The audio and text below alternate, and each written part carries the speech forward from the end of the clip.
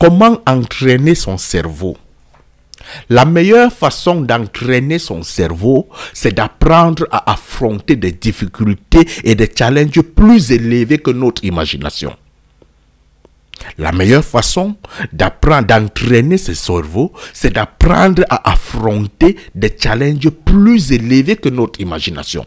Lorsque le commun des mortels pense que 1 plus 1 est égal à 2, toi penses que c'est différent et c'est faux. Crois un peu à un seul petit instant que 1 plus 1 n'est pas égal à 2. À ce moment, tu auras une dimension plus élevée. Tu vas mettre ton cerveau en travail. Il ne sera pas un cerveau en hibernation. Il ne sera pas un cerveau qui va dormir. Il sera un cerveau qui sera à la voie de la découverte. Lorsque tu veux développer ton cerveau, prends des personnes qui vont toujours te poser des questions.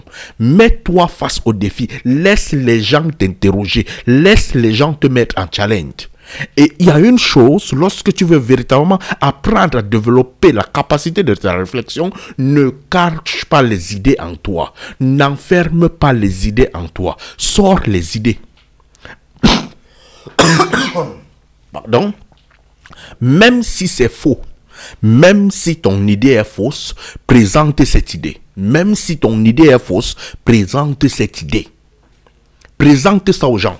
Viens dire aux gens que 1 plus 1 est égal à 3. Et essaye de prouver que 1 plus 1 est égal à 3. Même si c'est faux.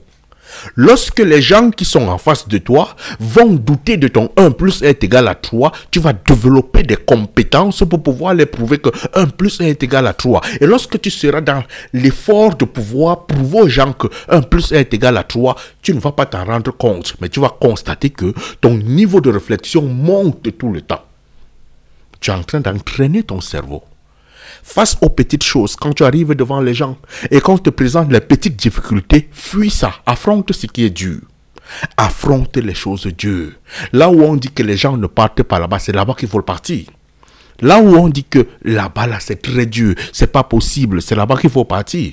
Moi, j'aime le dire à mes amis, personnellement, j'ai échoué. L'examen que moi j'ai réussi dans ma vie, c'est l'examen qui était le plus dur. Mais quand j'étais à l'école, moi les examens qui étaient faibles, j'échouais.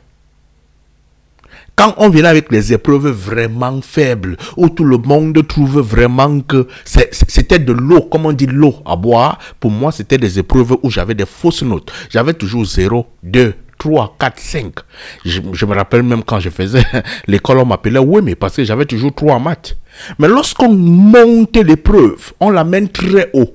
Et que l'épreuve est véritablement difficile, tu vois les camarades de classe, tout le monde est en train de transpirer. C'est à ce moment-là qu'il y a quelque chose de nouveau qui se développe en moi. Et lorsque je suis en train de voir les gens transpirer, c'est un peu comme si on m'envoie une certaine énergie qui me dit, là maintenant, tu devrais faire l'effort de prouver ta capacité.